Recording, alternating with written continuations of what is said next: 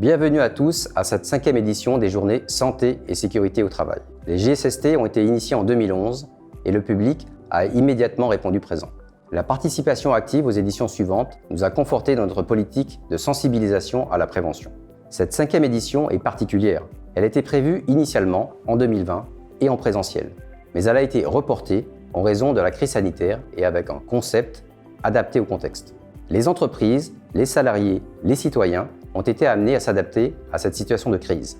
Nous avons repensé nos méthodes de travail et nos modes de vie pour nous protéger et nous prémunir du virus. Aussi, cette édition se présente sous un nouveau format, plus synthétique, mais surtout plus connecté, pour permettre au plus grand nombre d'y participer, tout en respectant les mesures sanitaires. Pour cette année 2021, la Journée mondiale de la sécurité et de la santé au travail a pour thème « Anticiper, se préparer et répondre aux crises ». Investir maintenant dans des systèmes de sécurité et de santé au travail résilients. Si les nouvelles modalités de travail mises en œuvre, telles que le télétravail ou le travail en équipe alternée, présentent certains avantages pour les travailleurs, elles s'accompagnent néanmoins de risques potentiels pour leur santé. Il est ainsi important de revenir aux fondamentaux de la prévention des risques que sont l'évaluation des situations dangereuses et la mise en place de mesures de prévention adaptées et efficaces. Ces JSST nous invitent à prendre du recul, à mettre à profit les expériences acquises en matière de protection et de prévention afin de surmonter les crises actuelles et futures. À cette occasion, 3 entreprises locales nous feront l'honneur de partager leur expérience de la gestion de la crise pour préserver la santé de leurs salariés. Nous aborderons aussi les risques plus classiques, tels que les risques psychosociaux, les risques liés au travail illégal et ceux liés aux équipements de protection individuelle inadaptés. Je vous souhaite une édition 2021 connectée, enrichissante et fructueuse pour continuer à œuvrer ensemble pour la santé et la sécurité de tous les travailleurs polynésiens. Malolo. Quel est le rôle du service prévention des risques professionnels? S'il fallait le rappeler, la Caisse de prévoyance sociale, la CPS, s'est vue confier dès 1957 la gestion des risques professionnels, avec tout d'abord la prise en charge des accidents du travail, puis dès 2003, la prévention avec la création du service prévention des risques professionnels. Ce service est composé de 5 collaborateurs, dont 4 agents de contrôle assermentés, dont la mission principale est de vérifier si les entreprises mettent en place les mesures d'hygiène et de prévention pour protéger la santé de leurs salariés. Mais concrètement, quels sont vos moyens d'action? Nous pouvons agir de plusieurs manières. Tout d'abord, avec des visites en entreprise, inopinées ou programmées, mais également en participant au comité d'hygiène et de sécurité des conditions de travail, les CHSCT, pour les entreprises de plus de 50 salariés. En deuxième, nous mettons un point d'honneur à la sensibilisation des entreprises au travers des formations des membres du CHSCT que l'on dispense, au travers de ces journées santé et sécurité au travail, mais également des matinées de la prévention en partenariat avec la direction du travail. Enfin, nous proposons des incitations financières.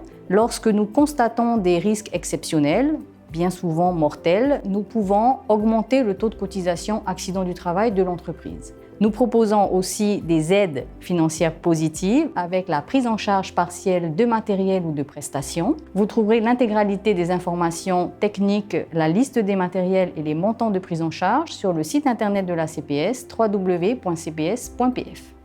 Quel est le bilan des accidents du travail en 2020 en Polynésie? Sur la base des déclarations d'accidents de travail, d'accidents de trajet et de maladies professionnelles que nous recevons au sein de notre organisme, nous établissons les statistiques en la matière. Comme on peut le voir sur le graphique qui s'affiche à l'écran, on voit que l'impact de la crise sanitaire apparaît vraiment avec une baisse de plus de la moitié du nombre d'accidents du travail sur la période mars-avril, qui était la période du confinement. Si l'on revient sur les années précédentes, de 2014 à 2019, nous étions plutôt sur une tendance générale à la hausse, avec une augmentation moyenne du nombre de salariés de 4% annuel et une augmentation moyenne des accidents du travail de 2% en moyenne annuelle. Par contre, entre 2019 et 2020, nous avons eu une chute des accidents du travail de 17%.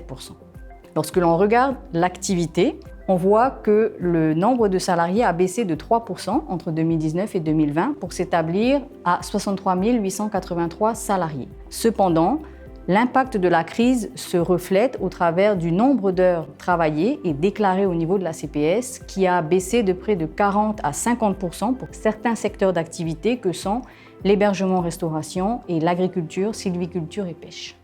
Quelles sont les principales causes d'accidents du travail?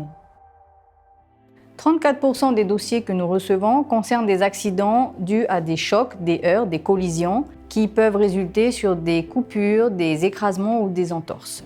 La deuxième cause d'accident du travail sont les chutes de hauteur et de plein pied qui représentent 20% des accidents et des dossiers que nous recevons. Et enfin, 13% de ces dossiers concernent des accidents liés à des efforts ou à de la manutention. L'on décompte aussi 19% d'accidents sur le trajet domicile, travail et retour qui, dans la moitié des cas, impliquent un deux roues et ce qui occasionne des séquelles particulièrement importantes. Justement, quelles sont les parties du corps les plus touchées? Pour les accidents sur le lieu de travail, les mains et le dos, alors les mains qui est notre outil de travail principal, et le dos sont les plus touchés dans près de 40% des dossiers. Il faut savoir que sur ces dossiers, ce sont également là que l'on observe les taux d'incapacité permanente partielle, les taux d'IPP les plus importants et les plus élevés, c'est-à-dire en fait des accidents qui entraînent des séquelles particulièrement handicapantes. Et au final, combien coûtent tous ces accidents? La branche accident du travail couvre les dépenses liées aux indemnités journalières, donc le salaire que perçoit le salarié en arrêt, les frais médicaux, les frais de médecin, les frais d'hospitalisation et les frais de pharmacie, mais également les pensions et les rentes dans le cas des accidents avec un taux d'incapacité permanente partielle, donc les accidents avec séquelles. Toutes ces dépenses représentent un coût annuel de 1,8 milliard de francs Pacifique et il faut savoir que seuls les employeurs cotisent à la branche accident du travail au taux unique de 0,77% sur la masse salariale de leur entreprise. Un autre acteur incontournable de la prévention aux côtés de la CPS va vous être présenté, il s'agit de la direction du travail. Quelles sont les missions de la direction du travail? La mission première de la direction du travail est de garantir l'effectivité du droit du travail. À ce titre, elle informe, conseille les salariés et les employeurs sur la réglementation du travail. Pour exemple, en 2020, les conseillers en droit du travail ont répondu à plus de 7000 sollicitations des usagers. Elle a également un rôle de contrôle de la réglementation du travail. Ce rôle est dévolu aux 8 agents de contrôle qui œuvrent au quotidien pour garantir notamment la santé et la sécurité des travailleurs. Les missions de la direction du travail sont également de promouvoir la santé et la sécurité. À ce titre, elle organise chaque année des matinées d'information et de sensibilisation sur les risques professionnels spécifiques, comme par exemple le risque chute de hauteur ou le risque routier, dans l'île principale, Tahiti, mais également dans les îles éloignées. Enfin, la direction du travail facilite le dialogue social car il est important de faire participer activement les partenaires sociaux à la construction d'un droit équilibré et adapté. Que prévoit la réglementation en matière de santé et sécurité? En matière de réglementation santé-sécurité, l'employeur doit prendre les mesures nécessaires afin d'assurer la sécurité et préserver la santé des travailleurs. Aussi, la réglementation impose à l'employeur d'évaluer les risques dans son entreprise et de les transcrire dans un document d'évaluation des risques et mettre en œuvre les principes généraux de prévention, comme supprimer le risque ou alors donner des consignes claires aux salariés. Quel est le sens de cette réglementation? Cette réglementation permet aux salariés de travailler en toute sécurité et lui assurer une qualité de vie au travail qui est source de performance économique pour l'entreprise. C'est pourquoi, pour une entreprise, d'investir dans le capital humain, c'est-à-dire dans la prévention, c'est investir dans la performance économique. C'est cette démarche d'amélioration conjointe du bien-être et de la performance économique qu'accompagne la direction du travail. Quel bilan peut-on faire pour l'année 2020? Dans le contexte de crise sanitaire, la priorité absolue a été de préserver la santé des travailleurs afin de réduire les risques de contamination dans les entreprises.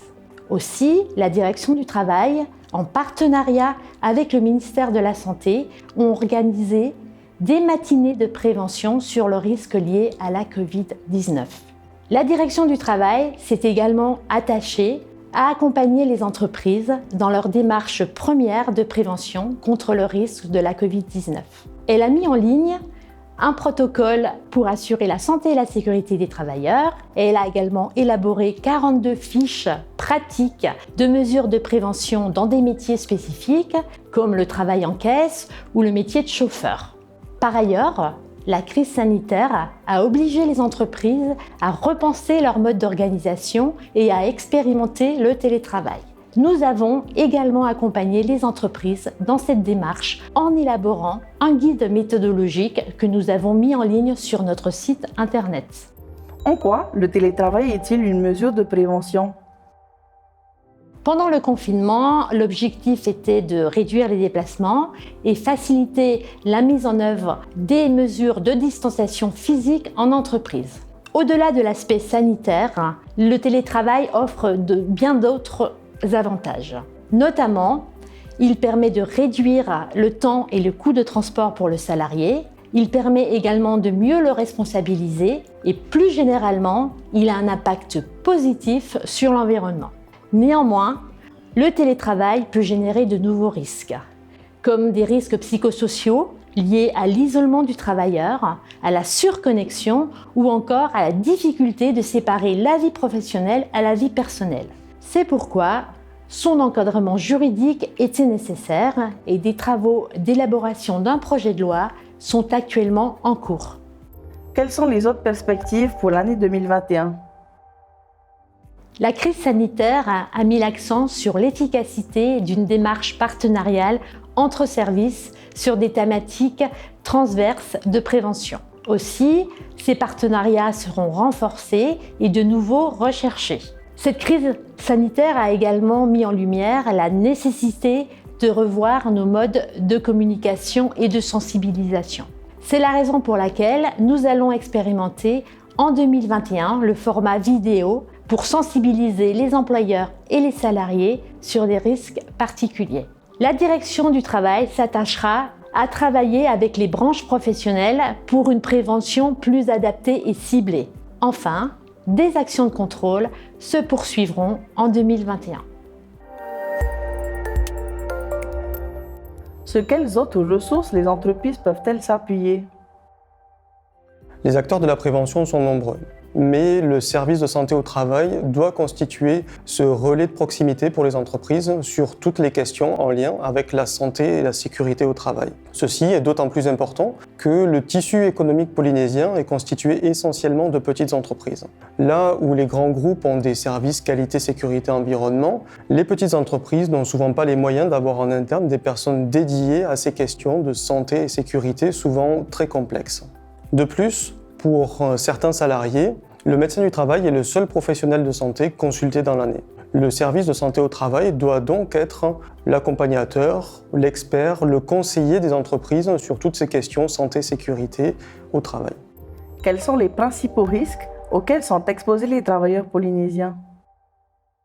Au premier rang de ces risques, nous trouvons les contraintes physiques liées au poste de travail qui peuvent générer des TMS ou troubles musculo-squelettiques.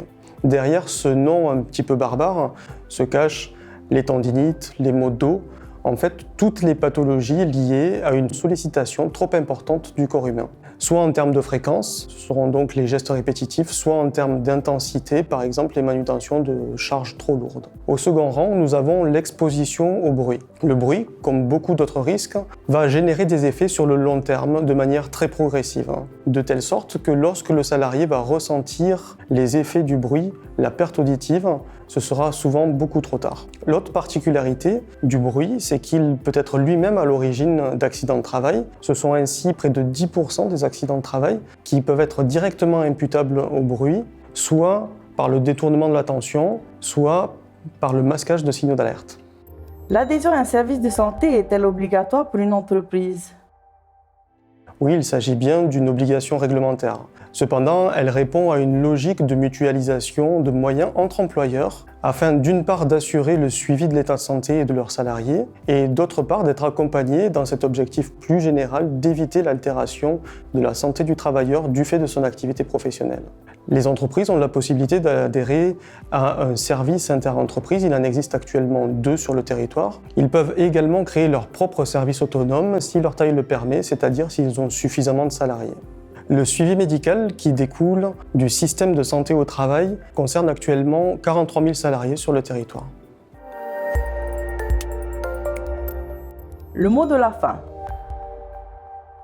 Pour aller plus loin, je vous rappelle que nous proposons des guides sur différents thèmes, le risque amiante, l'évaluation des risques, le risque chimique, mais également 3 séries d'affiches, l'une sur les principes généraux de prévention, une deuxième sur différents risques et la 3e, notre nouvelle série sur les équipements de protection individuelle. Vous trouverez tout cela directement au service prévention à la CPS. Mais également pour un accompagnement plus spécifique sur la gestion de la Covid-19, vous trouverez les 42 fiches et les 5 guides de prévention de la Direction du Travail sur leur site web www.directiondutravail.gov.pf.